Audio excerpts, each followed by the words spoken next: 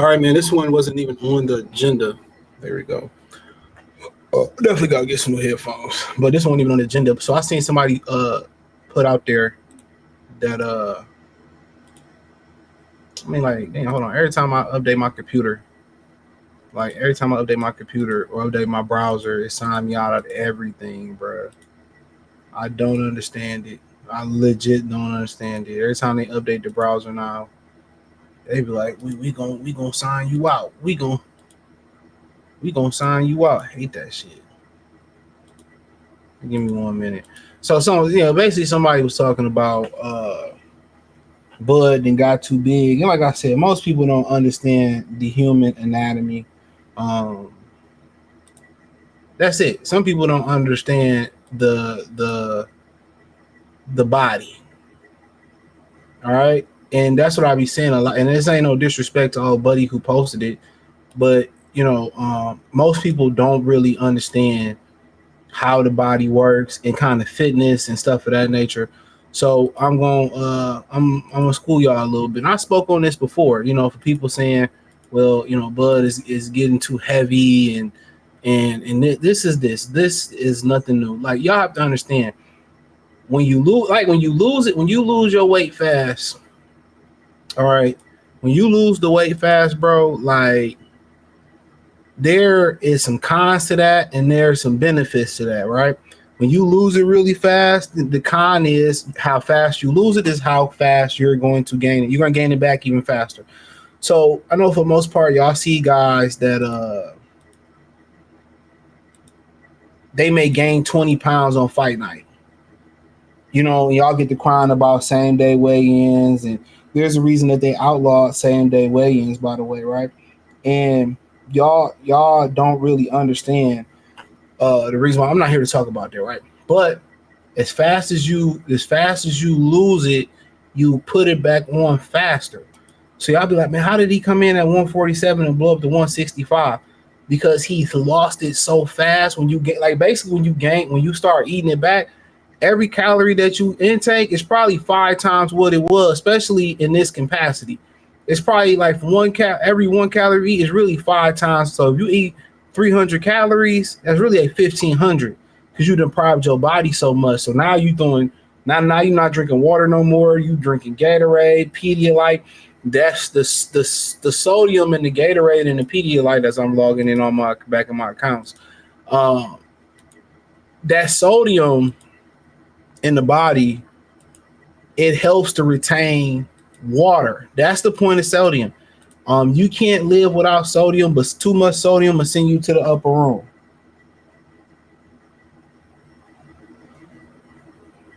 You know what I'm saying? Too much sodium will send you to the upper room. So you got to remember that.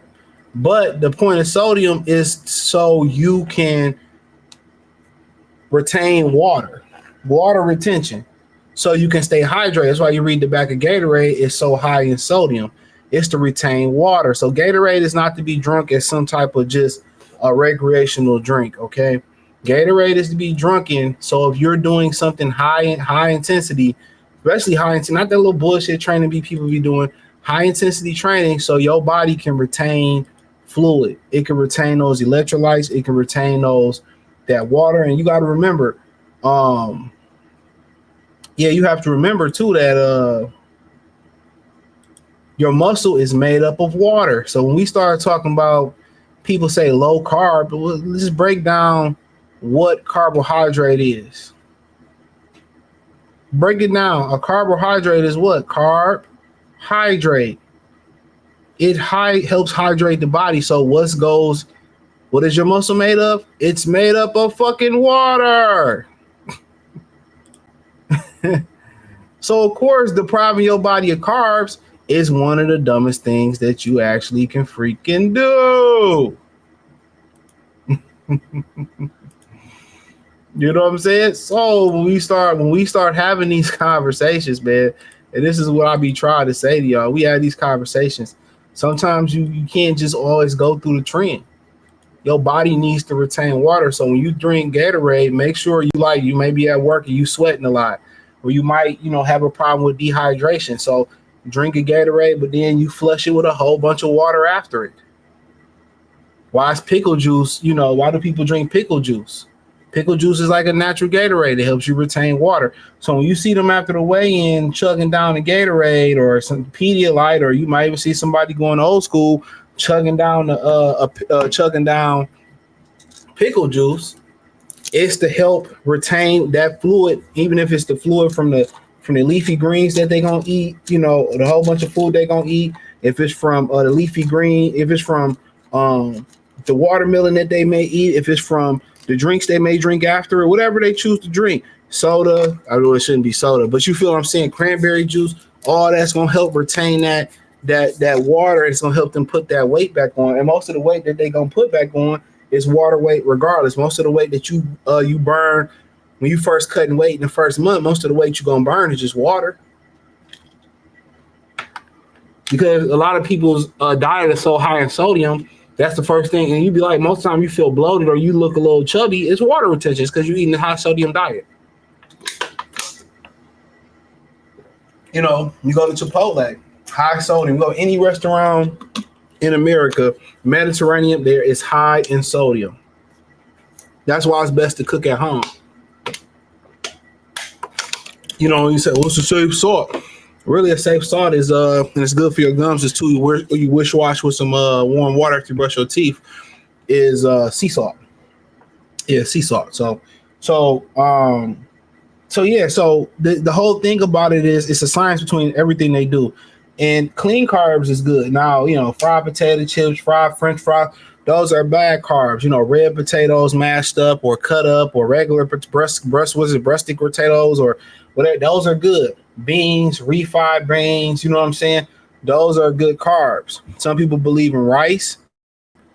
That's controversy because it just breaks down. Most people just feel like it breaks down in sugar, but no here nor there. Those are good carbs. Fruits, vegetables, honey. You know what I'm saying? Those are the good carbs that you look for. So to help hydrate those muscles and make you strong. So the whole thing about it is he gained a lot of weight. I'm gonna tell you this.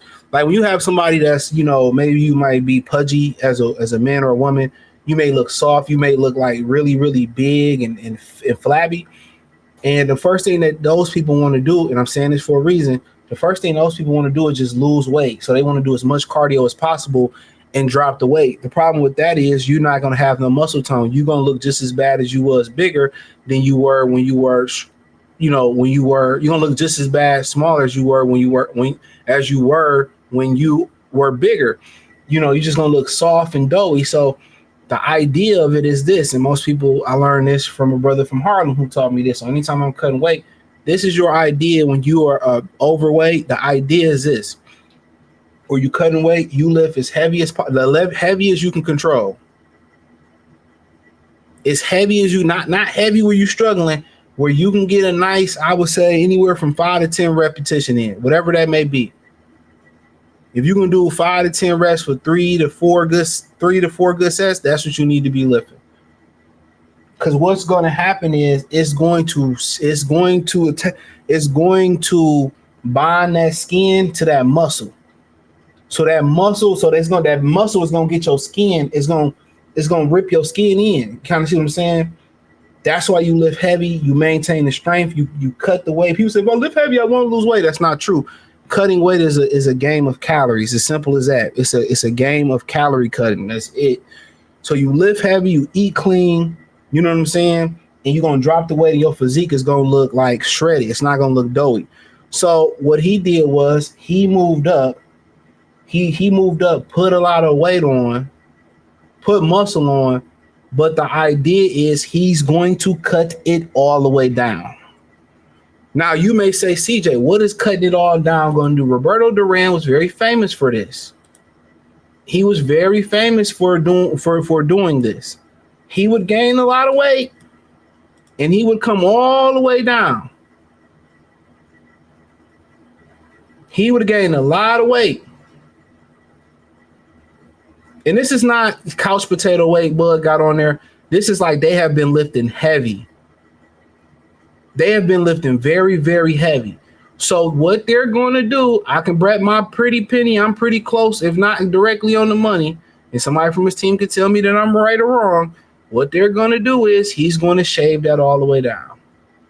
They're going to cut that all the way down. He's going to maintain a lot of that strength, and then he's going to have his speed. Durant did it all the time. Durant would go home, blow up to 185, 90 pounds, cut it down in training, and then be the strongest fighter in the ring versus Sugar Ray Leonard, who was a natural welterweight. That's where he started his career off at, I believe, right? That's Durant. Fighter's been doing it forever. Benavidez does it. He puts on a lot of weight in the offseason between fights, shaves it down, and he's the strongest fighter on fight night. Now, the problem with that is it starts to take a toll on your body when you do it too much. As you get older, it takes a toll, but Bud doesn't do it a lot.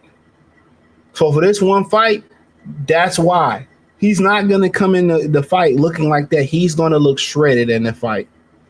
He's going to look absolute shredded. Not saying that mean anything, but they're putting that weight on to gain a strength advantage on fight night. And it's brilliant. Once you understand how the body works, it's brilliant. It's exactly what you want to do. You pre-workout, you pre-work up to that way, you lift heavy, you up your calorie intake. So now it's going to be a weight cut. And the cut is going to be like butter. His cut is going to be like, he's probably going to come in 163, 164, maybe if that. And he's going to maintain, he's going to have a lot of strength in that fight. He's going to have a lot of strength, and he's going to have the speed. The speed is going to be the key. He's going to have a lot of strength and speed. He's going to cut that all the way down, and he's going to try to get as much speed as possible. So it's about having a level of strength. It's about having a level of strength. You get that way, you shave it down. I still have that strength from being bigger. Now, the thing about it is he's not going to gain a bunch of weight after the weigh-in. He may come into the ring at 170, 168, 171, 2 at the most. But it's about having the structure of that weight on you for a year. Gaining that weight for a year, walking around with it. So now if I cut back down to 60, 63, 62, I'm going to be fast as fuck. But I'm also going to have a level of strength. See, a lot of these people, they sit here and they don't know anything about the body. They don't know anything about physique or symmetrics or nothing about training. They're just making ignorant observation. Like I said, there's no disrespect to this brother right here, but they don't know nothing. There's so many people in this space that don't know absolutely nothing. They can't tell you about the training. They can't tell you about a hook. They can't reference what happened in the fight. Nothing. So I just wanted to put that out there. I appreciate y'all. Thumbs up the video, share the video, subscribe to the channel. The subscribe button is the bell icon button. Hit the link in the description. Follow me on X, Instagram, Spotify, Anchor, Cash App, Venmo, PayPal. Join the Patreon, the whole nine. Appreciate the love, support. Peace.